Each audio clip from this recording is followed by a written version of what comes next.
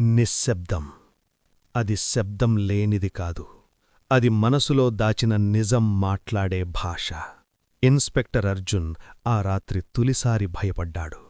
తుపాకీకి కాదు, నేరస్తుడికీ కాదు, తనకే. ఎందుకంటే అతడు చూస్తున్న ప్రతి క్రైమ్ సీన్, అతడు వింటున్న ప్రతి ప్రశ్న అతడిని కాదు, అతడి గతాన్ని వెంబడిస్తున్నాయి. 3 హత్యలు జరిగాయని ఫైల్ చెబుతోంది. కాని అర్జున్కు తెలుసు, ఇవి మృతదేహాల కంటే ఎక్కువ. ఇవి పాత పాపాల గుర్తులు.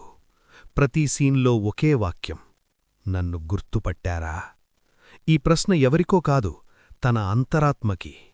10 సంవత్సరాల క్రితం ఒక రాత్రి, వర్షం, తుపాకీ శబ్దం, ఎన్కౌంటర్ అని ఫైల్లో రాసేసిన అబద్ధం.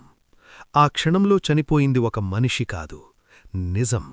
ఆ నిజం అప్పట్నుంచి అర్జున్ మనసులో ఊపిరి తీసుకుంటూనే ఉంది. కిరణ్. అది ఒక పేరు కాదు, అదొక జ్ఞాపకం. అర్జున్ ప్రతి రాత్రి మూసుకునే కళ్ల వెనక కనిపించే ముఖం. వాడు బతికే ఉన్నాడు అన్న భయం, వాడు తిరిగి వస్తాడు అన్న అనుమానం. ఆ భయం పెరిగి రూపం తీసుకుని కిరణ్ అయ్యింది. ఎవరూ చూడలేని వ్యక్తి, కెమెరాలో కనిపించని నీడ. ఎందుకంటే నీడకి కెమెరా ఉండదు, అది మన వెనుకే ఉంటుంది.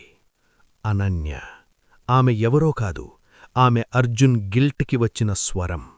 అతడు తాగిన ప్రతి మద్యం గ్లాసులో, అతడు సైన్ చేసిన ప్రతి ఫైల్లో అతడినడిగే ప్రశ్న: నువ్వు న్యాయం చేశావా అని.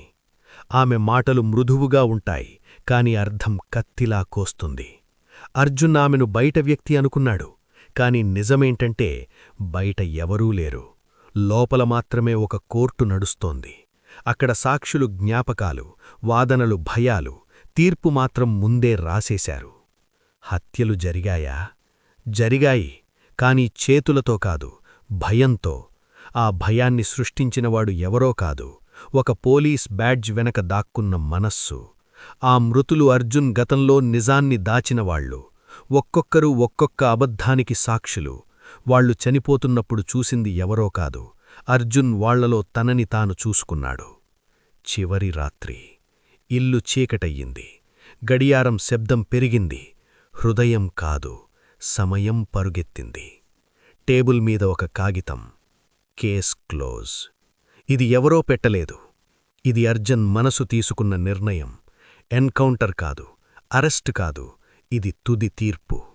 గుండె ఆగే ముందు అర్జున్ చివరిసారి గ్రహించిన నిజమేంటంటే, ఈ కథలో విలన్ ఎవరూ లేరు, హీరో కూడా లేడు. ఉన్నది ఒక్కటే, నిజం నుంచి పారిపోయిన మనిషి నీడ.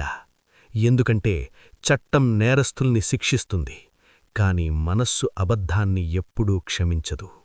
నిశ్శబ్దం. అది ముగింపు కాదు, అది నిజం మొదలయ్యే చోటు.